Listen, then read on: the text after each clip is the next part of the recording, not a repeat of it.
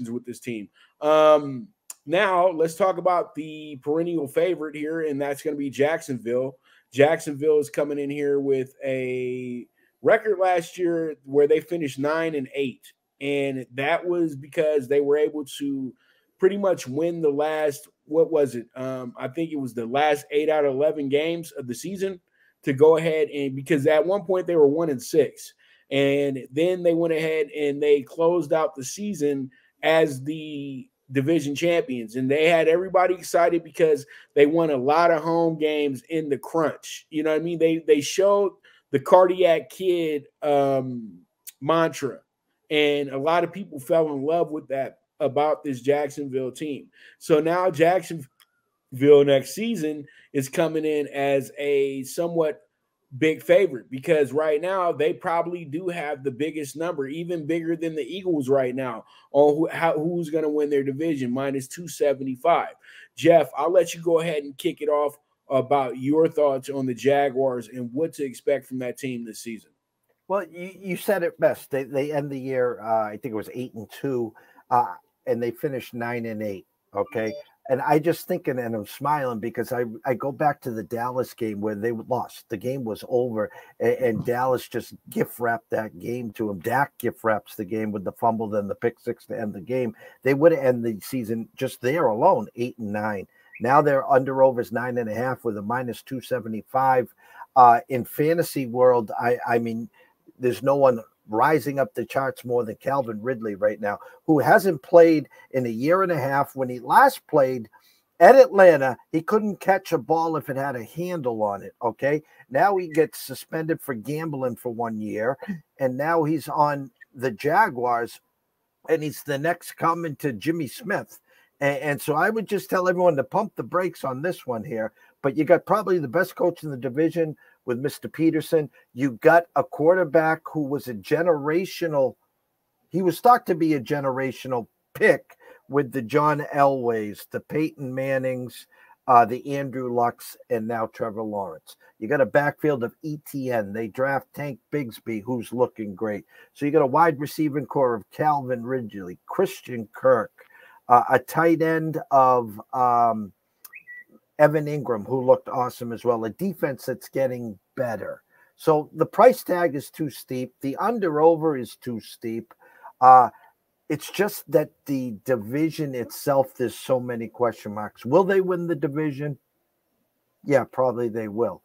Is it worth -275? Hell no, it's not. I would take a swing with the Tennessee Titans, with an aging quarterback, with an aging running back, with a coach that I think is on the same level as Doug Peterson, and that's Mr. Vrabel, who we're going to get to next. But again, as our way back in the day was it, don't believe the hype. So I would just pump the brakes and slow down, but I'm not paying that price, Pops. Hey, you know what? And that's funny you say that, Jeff, because look, it was about 6 months ago, I think. Not even 6 months ago. It was like 2 weeks after the season, maybe whenever they dropped the futures for who can win the divisions, right? And a guy walks into the casino, and I think he put up his whole life savings of like not $1 million, but some thousands, you know. And he said, "This is free money, guys. You got to take it. Here goes the free money right here." They were -180. And I said that -180, dude, you're not even going to get a plus, and you're finna put up your whole savings on this situation. And literally, we're not even to the season yet. And you're telling me it's free money. Nobody has snapped their Achilles yet. Nobody has broke an ankle yet. So they are for sure going to do this thing. Even if, Trevor Lawrence has a season-ending concussion. You know what I mean? Like, are they going to? No, they're not going to be able to do nothing if Trevor Lawrence is hurt. They don't have a backup quarterback, okay? And when you don't have a serviceable backup, you can't have these type of expectations. I'm sorry. You just can't. Because the reason why certain teams get loved the way that they do, I don't really care for the Chiefs that much. But when I put on my reporter hat and my even keel hat, I know that they're the best of the best. They got the best coach. They got the best quarterback. But one thing about the Chiefs that nobody ever says, if Mahomes gets hurt, they have a capable backup because the system. That backup can't be there if he can't run that system. It's not somebody who can just come in and fill in and for a quarter or two. It's a person who can actually take over the team. That's the difference, and Jacksonville has their self set up to be dependent only on Trevor Lawrence as their quarterback. And when you bring in the next guy, if something happens to him, it's going to throw off the rhythm of what this team has to do. Calvin Ridley is a guy who's been off for a year. Yeah, guys are always going to look great at practice, but he's been off for a year. He has to get back with the actual conditioning and the actual physicality of the game. The guy hasn't played since 2021. So he has to get back to that portion of the game. Yeah, everything seems really good at practice because we're going half speed. So, when we get in the game, that's something different. And just like you said, Jeff, people getting excited about Calvin Ridley, fantasy team, all that. I had him on my fantasy team last time he played. He sucked. He was terrible. He had a horrible season, and I picked him first. That's how I remember I had Calvin Ridley. So calm down. That's the whole thing. Kirk is the best receiver on the team, okay? And everybody who watches football knows that. So if you can keep Christian Kirk healthy, if you can keep Ingram healthy, if Ridley can go ahead and play like the guy he was when he was in college, then yes, Jacksonville should breeze past this division. But they still have to deal with Tennessee. They still have to deal with Houston team when they go to Houston. They still got to deal with Indianapolis.